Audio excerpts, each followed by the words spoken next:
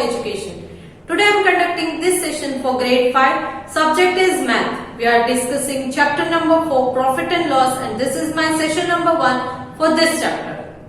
Okay students, you might have a question that what about chapter number 3? So let us discuss chapter 4 first. पहले chapter 4 कर लेते हैं. Chapter 3 को हमने बाद में पोस्टपोन किया हुआ है. Later we will be continuing if the time permits. अगर टाइम मिलेगा तो हम चैप्टर 3 कंटिन्यू करेंगे. अभी के लिए चैप्टर 4 आपकी एग्जाम पॉइंट ऑफ व्यू से बहुत जरूरी है, इसलिए चैप्टर 4 से हम कंटिन्यू करेंगे. चैप्टर 2 हमने खत्म कर दिया है. आज हम चैप्टर 4 से स्टार्ट करेंगे. चैप्टर 3 अभी के लिए हमने एस्केप कर दिया है. Right now, for now, we are not continuing with chapter 3. We will continue with chapter 4. That is profit and loss. Profit. Profit का मतलब अगर आपको कहीं फायदा होता है तो that is profit. और अगर आपको कहीं नुकसान होता है that is loss. Okay? कहीं आप कुछ आपके पास से कुछ चला जाता है तो वो आपका लॉस है. फॉर एग्जाम्पल, अगर आपके पास 2 चॉकलेट है, मैंने आपको 3 चॉकलेट्स दी तो वो आपका प्रॉफिट हुआ. मगर अगर आपके पास 10 चॉकलेट है और मैं आपके पास से 5 चॉकलेट ले लेती हूं तो वो आपके लिए लॉस है क्योंकि आपके पास से चला गया. करेक्ट? इसी तरह यहां मैथ्स में भी प्रॉफिट एंड लॉस आता है. कैसे? पहले हम ये देख लेते हैं कि मैथ्स में जो हम प्रॉफिट एंड लॉस का चैप्टर करेंगे उसमें कुछ शॉर्ट फॉर्म्स यूज किए गए हैं. तो वो शॉर्ट फॉर्म्स क्या है? एसपी आपको ये देखने को मिलेगा. SP means selling price. किसी भी चीज को हम जिस प्राइस में सेल करते हैं उसको कहते हैं selling price. Next is CP, that is cost price. Cost price, किसी चीज को अगर आप खरीदते हो तो कितने पैसे देकर आपने उस चीज को खरीदा वो आपका कॉस्ट प्राइस हुआ. Okay. Next is P, that is profit. कुछ भी फायदा होता है तो. L is loss. L means loss, जो आपको नुकसान अगर होता है तो वो लॉस है. Next, when selling price is greater than cost price there is a profit. Say for example, आप अगर एक दुकान वाले हो, करेक्ट, आप आपके दुकान में मोबाइल फोन बेचते हो. अब आप मोबाइल फोन किसी होलसेल वाले के पास से फॉर एग्जाम्पल 100 रुपीज में आपने उस मोबाइल को खरीदा. जस्ट एन एग्जाम्पल, आपने उस मोबाइल को 100 रुपीज में होलसेल वाले से खरीदा है. अब आप उसी मोबाइल को 100 के बजाय 200 रुपीज में किसी और को सेल कर देते हो. तो आपने पहले उस मोबाइल को खरीदने के लिए 100 रुपीज दिए थे. अब आप जब उस मोबाइल को सेल करते हो तो आपका सेलिंग प्राइस क्या है? 200. करेक्ट? तो क्या हुआ? आपको 100 रुपीज जो आपने दिए थे वो तो रिकवर आपने कर ही लिए, एक्स्ट्रा और 100 भी आपको मिल गए. तो वो एक्स्ट्रा 100 जो आपको मिले वो आपका प्रॉफिट है. वो आपका प्रॉफिट है. करेक्ट? आप 200 रुपीज प्रॉफिट में नहीं देख सकते. क्यों? क्योंकि ऑलरेडी 100 तो आपने दिया था ना. जब उस मोबाइल को होलसेल में से खरीदा तब होलसेल वाले को 100 रुपीज आपने दिए थे तो वो आपका कॉस्ट प्राइस हुआ. 100 रुपीज चले गए हैं. तो अगर आपको 200 बाद में सेलिंग प्राइस मिलता है तो उस 200 में से 100 कॉस्ट प्राइस का निकाल के एक्स्ट्रा आपको कितना मिला? एक्स्ट्रा और 100 मिले हैं तो वो एक्स्ट्रा 100 जो है वो आपका प्रॉफिट है. क्लियर? इसी तरह when selling price is less than cost price there is a loss. तो यहां पर मैंने पहले एग्जांपल में बोला था कि कॉस्ट प्राइस जो होलसेल वाले ने मेरे से लिया वो था 100, तो कॉस्ट प्राइस 100 था और मेरा सेलिंग प्राइस 200. तो selling price was more than the cost price. तो तब मुझे selling price more than cost price था तो प्रॉफिट मिला. अब यहां मैं बोल रही हूं selling price less than cost price. मैंने 100 रुपीज में मोबाइल खरीदा और 75 रुपीज में किसी को बेच दिया. करेक्ट। 100 रुपीज मैंने दिए थे ना उस मोबाइल के लिए, और मैंने सेल कितने में किया? 75 रुपीज में।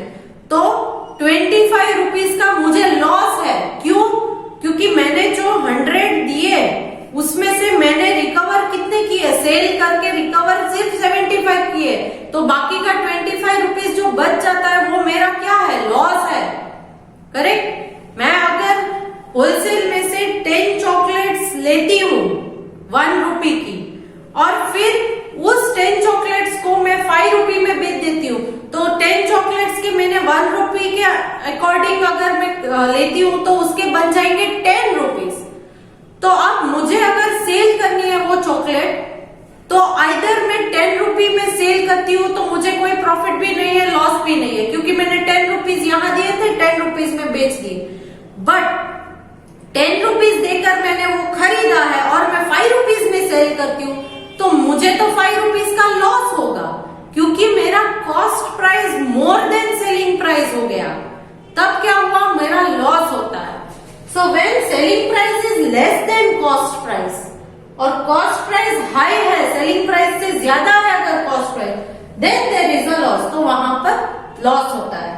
नाउ ये दो फॉर्मूलाज है जो आपको काम आएंगे। प्रॉफिट अगर आपको फाइंड करना है, सही, प्रॉफिट कब होता है? Selling price is more than cost price.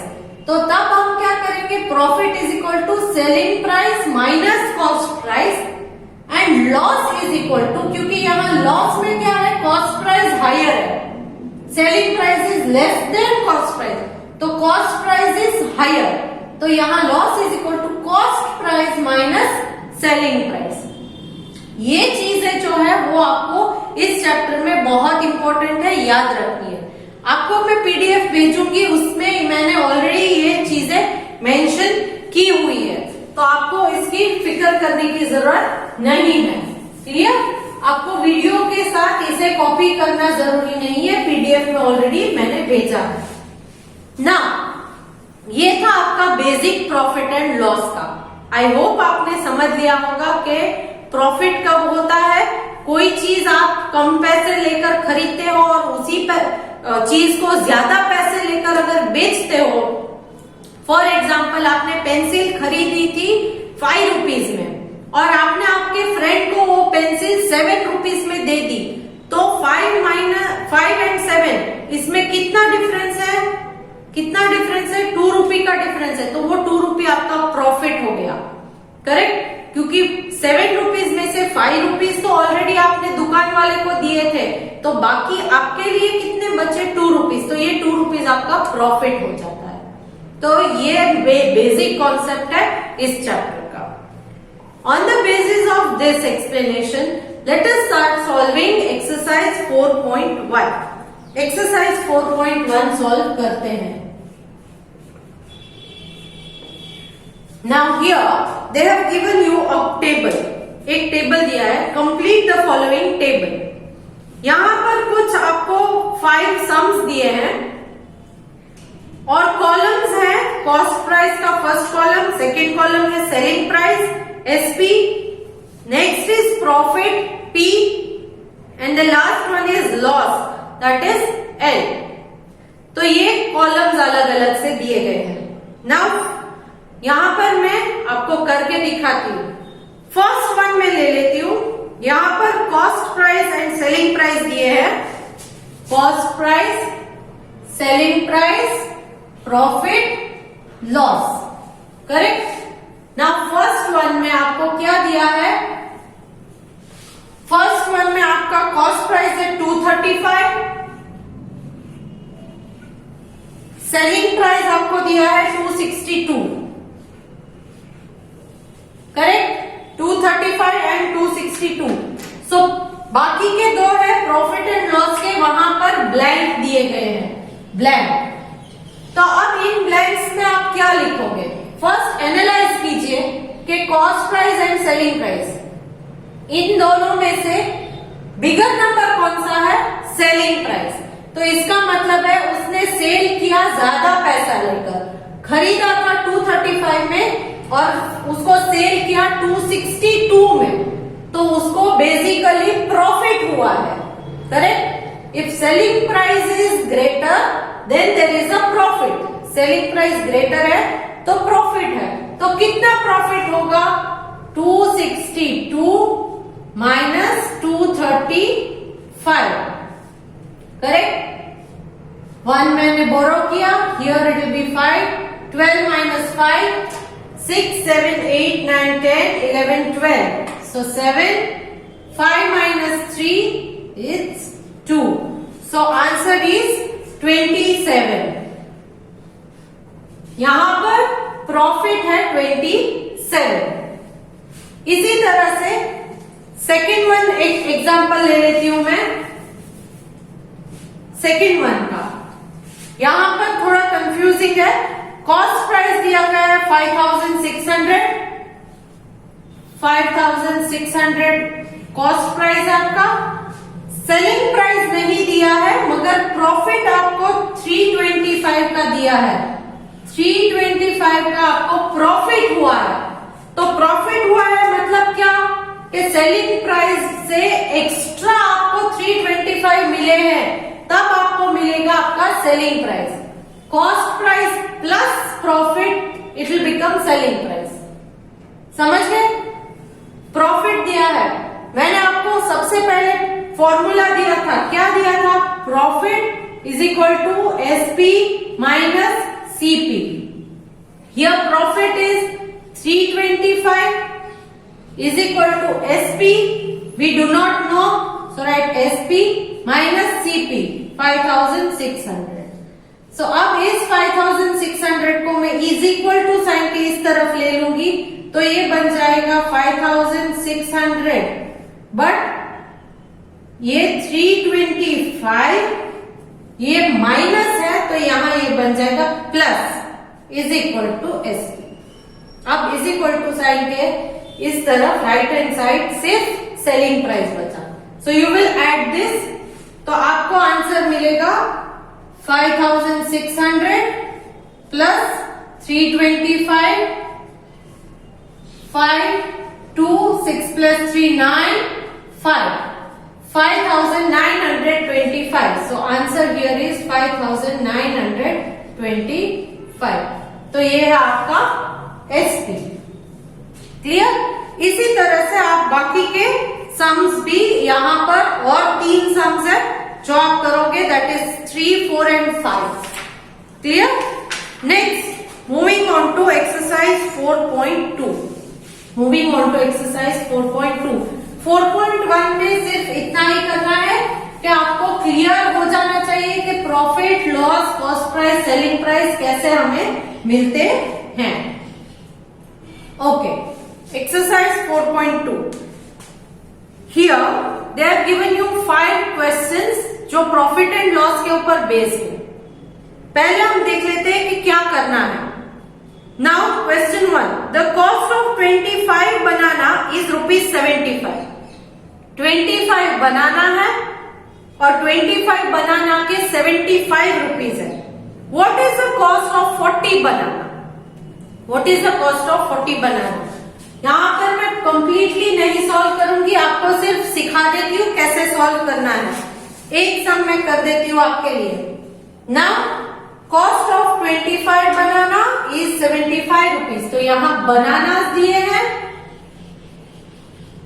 And इसके रुपीज दिए हैं। So they have given cost of 25 banana is 75, so 25 banana के 75 रुपीज है। What is the cost of 40 banana? तो 40 बनाना, सी बनाना के कॉलम में ही बनाना लिखे, उसके कितने रुपीज होंगे? 25 या बनाना एंड रुपीज, 2 इंफॉर्मेशन आपको दी गई है। 25 बनाना के 75 रुपीज है, 40 बनाना के कितने रुपीज होंगे?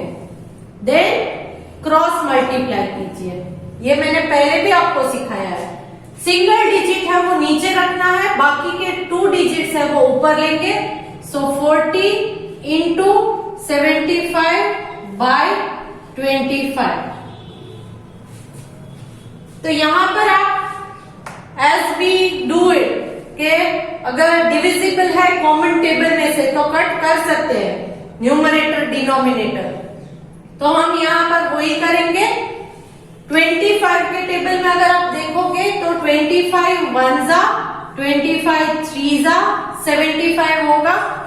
Then here what will become 40 into 3, 40 into 3 इतना बच गया। यहाँ डिनोमिनेटर में सिर्फ 1 बचा है।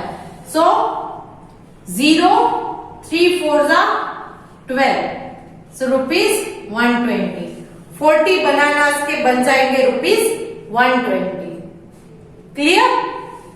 तो इस तरह से मैंने क्वेश्चन 1 सॉल्व किया है। Let's see what is given in question number 2। Question number 2 में क्या दिया गया है? The cost of 5 kg rice is ₹225। Question 2 में दिया है, यहां राइस है, यहां रुपीस है, राइस इन केजीज है। करेक्ट? सो यहां 5 kg राइस के ₹220 है। The cost of 5 kg rice is 225। Sorry 220 नहीं है, 225 है। सो 5 kg राइस के ₹225 है। So what is the find the cost of 3 kg rice? तो 3 kg राइस के कितने होंगे? Again same cross multiply, 3 into 225 divided by 5। तो ये दो नंबर्स है वो 5 में आप डिविजिबल है 5 के टेबल में, क्योंकि एंडिंग विथ 5 है तो कट कर सकते हो। 5 1 जा एंड 5 कितने जा देख लीजिए, देन मल्टीप्लाई इट विथ 3 तो आपको आंसर मिल जाएगा। क्लियर? मैं यहाँ पर सिर्फ एक्सप्लेन कर रही हूँ, पूरा का पूरा सम नहीं सॉल्व करूंगी। आप अपने आप ट्राई कीजिएगा, it is very simple. Next question 3। 28 persons can travel in 2 mini buses. So persons and buses. Main question 3. Persons दिए हैं and buses. So कितने persons है? 28 persons can travel in 2 mini buses. 28 person के लिए 2 mini bus चाहिए, छोटी बस। How many people can travel in 7 mini buses? यहाँ देखिए मिनी बसेस 7 दी गई है, नंबर ऑफ पर्सन आपको ढूंढने हैं। सो 28% 2 बस में ट्रेवल कर सकते हैं, तो 7 बस में कितने पीपल ट्रेवल करेंगे? So it will become 7 into 28 divide by 2।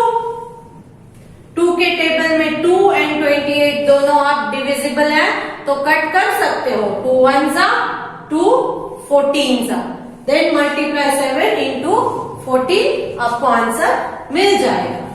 Clear? बहुत सिंपल है, यहाँ कोई प्रॉफिट लॉस नहीं फाइंड करना है, सिर्फ क्रॉस मल्टीप्लीकेशन की प्रैक्टिस दी गई है आपको। Next question 4। An aeroplane can fly a distance of 1050 kilometer in 3 hours. तो यहाँ किलोमीटर एंड आवर्स दिए हैं। सो 1050 kilometre in 3 hours. Correct? An aeroplane can fly distance of 1050 kilometer in 3 hours. Find the distance it can fly in 8 hours. 8 hours में कितना distance cover कर पाएगा? Cross multiply, 8 into 1050 divided by 3। तो इसे आप solve कीजिएगा, you will find the answers. Next question number 5। इस exercise का लास्ट क्वेश्चन है, question number 5। Now here there was 15 cartons. Carton किसे कहते हैं? जो आपको कार्डबोर्ड से बने बॉक्सेस मिलते हैं ना, पार्सल्स जिनमें आते हैं, उनको कार्टन्स कहा जाता है। क्या कहा जाता है? Cottons. So 15 cottons can hold 225 bottles of juices. तो यहां कार्टन है and bottles. This is question 5। 15 cottons में 225 bottles. Find the number of bottles in 9 such cartons. तो 9 कार्टन में कितनी बॉटल्स आएंगी? क्रॉस मल्टीप्लाई कीजिए, दैट इज 9 इंटू 225 बाय 15। सबसे पहले 3 के टेबल में 9 एंड 5 आ जाएगा, तो वो कैंसिल कर लीजिए। 3 3s are 9, 3 5s are 15। अब 5 के टेबल में आप देख सकते हो कि ये 5 1s are, then 5 4s are 20, 2 remaining, 5 5s are, तो ये बन जाएगा 3 into 45। 3 into 45, the answer is 135। तो इस तरह से आप इन सम्स को सॉल्व कर सकते हो। So in today's session I explained to you the basic points to be remembered in this chapter. इस चैप्टर में आपको बेसिक पॉइंट कौन कौन से याद रखने हैं? SP is selling price, CP is cost price, P is profit, L is loss. When SP is greater than CP, then there is a profit, and when SP is smaller than CP, then there is a loss. Profit is equal to SP minus CP. Loss is equal to CP minus SP. Then we also discussed exercise 4.1. Exercise 4.1 आज के session में हमने discuss की कैसे करना है। Exercise 4.2 यहाँ पर हमने किस तरह से आपको फाइंड करने हैं नंबर्स क्रॉस मल्टीप्लिकेशन के थ्रू। इसके मैंने 5 सम्स आपको एक्सप्लेन किए हैं step by step. I am sending a PDF to you in which I have already solved all these things. PDF में ऑलरेडी मैंने ये सारे सम सॉल्व किए हुए हैं। I hope कि आप उन्हें कॉपी नहीं करोगे। You will solve the sum yourself and cross verify the answers through the PDF. आप सिर्फ PDF के थ्रू आपके आंसर्स वेरीफाई करोगे, बाकी कॉपी नहीं करना है। Clear? This chapter is very important from the point of view of your exam. और आगे के ग्रेड में भी इस चैप्टर के रिलेटेड आपको चीजें आएंगी, तो इस चैप्टर को क्लियरली एक बार सीख लीजिएगा ताकि आगे के ग्रेड में आपको दिक्कत ना हो। ओके, तो hope to see you good in the next session. Bye.